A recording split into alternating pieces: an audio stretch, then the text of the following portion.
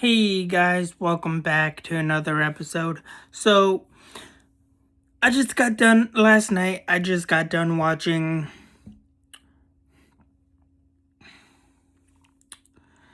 Dr. Dolittle 3, and I literally forgot what Dr. Dolittle 3 was about. Cause it's been like a very long time since I've watched Dr. Dolittle 3 or 4. I didn't watch 5 because that was the only Dr. Dolittle I did not watch, but I did see 4. I did see all the way up to 4. However, I personally had had a huge crush on Kayla Pratt, I think. Yeah. Like I had a crush on her. Like from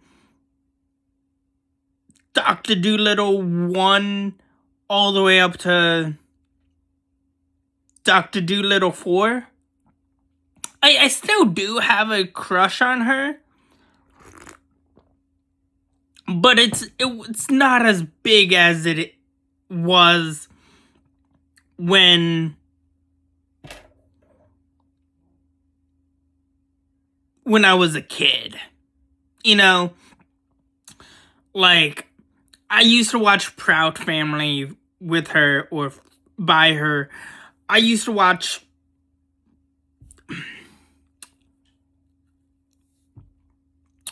freaking Fat Albert, the movie. Like, whenever it came on, I would watch Fat Albert. Hell, I love Fat Albert, the movie. Never watched the show or seen the show, but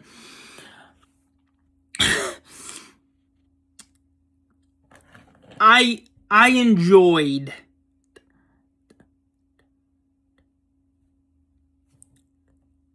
a lot of her stuff. I haven't kept up with a lot of her stuff since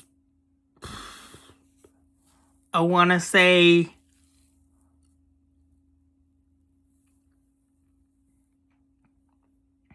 since like 09, give or take. But like she is very talented. However, this was not it's not a bad installment. It's not a bad sequel to the sequel. But it's not the worst. It's pretty mid. It's like okay. It's not bad. It's decent, but like you can tell like they were trying to like they were trying to figure out what do we do with the whole Dr. Dolittle family. And I do find it interesting that they tried their best to keep it more interesting by telling the plot where the youngest daughter has the same ability as the father, right? Can communicate with animals, can talk to animals, and whatnot.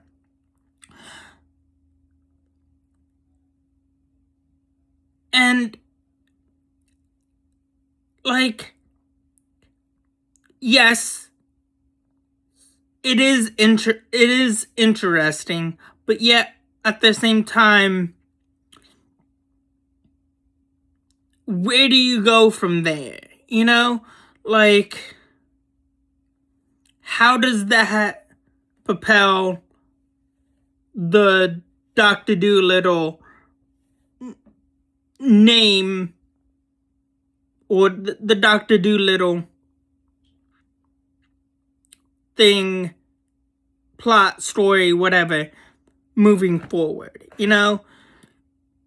It could be a trick. It could be tricky, but I do have to say, they handled Dr. Dolittle much better than they handled the whole Home Alone franchise. And there's like 8. Cause there's one Home Alone that's so bad that they just erased it from the zeitgeist, the public, and they don't acknowledge how bad it was. But there is a movie, I do remember watching another Home Alone without the one who replaced the kid before. And Home Alone, there's 8 Home Alones. No, there's 7. Because there is an actual 4th one, I do remember, but that one was so bad. And the plot was just totally different. Anywho,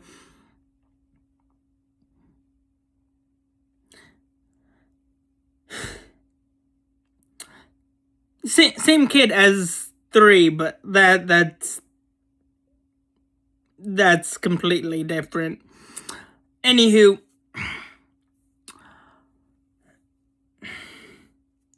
I do appreciate how well they tried to keep their story and plot moving forward with the same characters, but also unique, Also,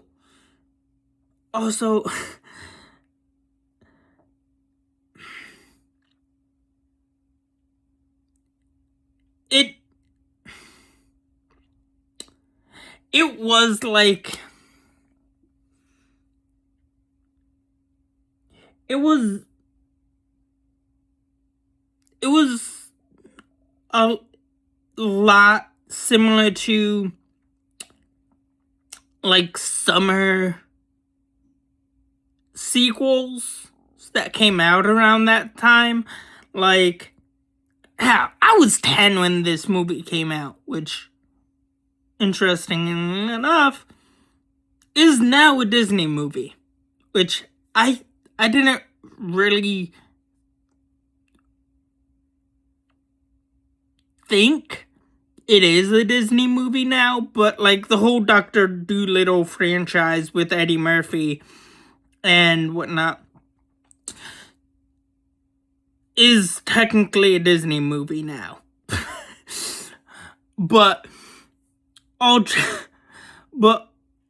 seriousness, so, for what it's worth,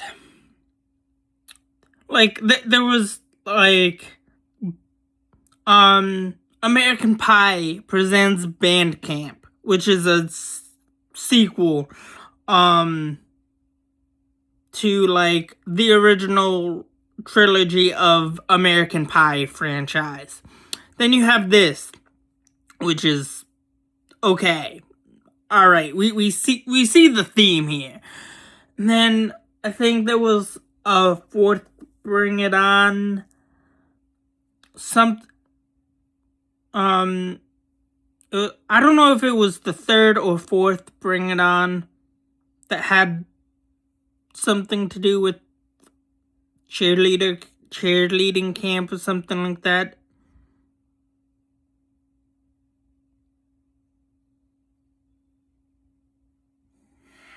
I don't remember. It's been a while since I've seen the whole entire Bring It On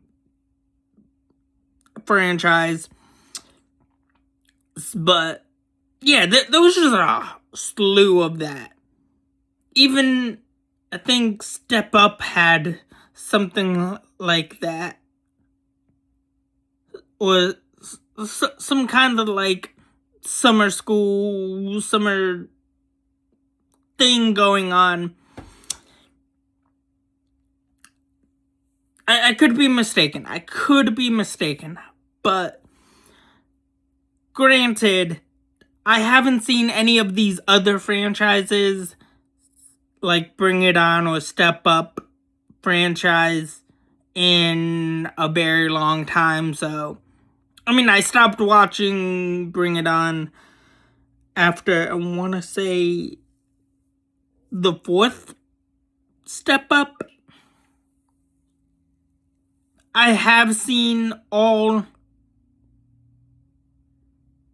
9 Bring It Ons. And all 10, or all 9 Bring It Ons. There's 9 Bring It Ons, and like 6 or 7 Step Ups. I stopped watching Step Up after like maybe the 4th or 5th one, because it just got like so repetitive and just so... It just got pretty boring pretty fast. Like, ooh, dancing. How many times can we dance? Like, come on. Anywho, I'm not I'm not a big fan of like talking animal movies all that much, but like they try to keep it more interesting and fresh. You know, look, I still stand by this to this day. Dr. Dolittle 2 is the best out of all the Dr. Dolittles movies. I haven't even watched the Robert Downey Jr. Dolittle movie. But I do love Dr. Dolittle 2. I still think it's one of the best sequels with Eddie Murphy or any cast of their 2000s, early 2000s. This was an okay sequel to Dr. Dolittle 3, but it wasn't the best. It's kind of meh. It was the mehest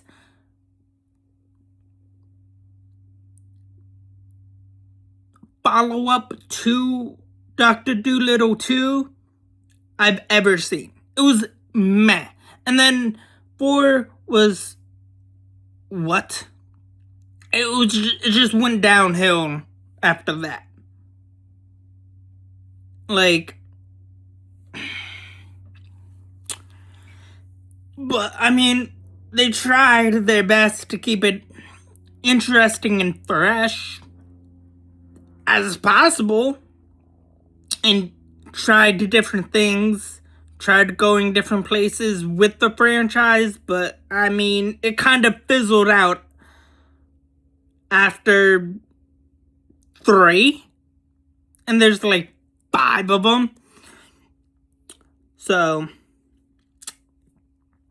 6 if you count the Robert Downey Jr. one.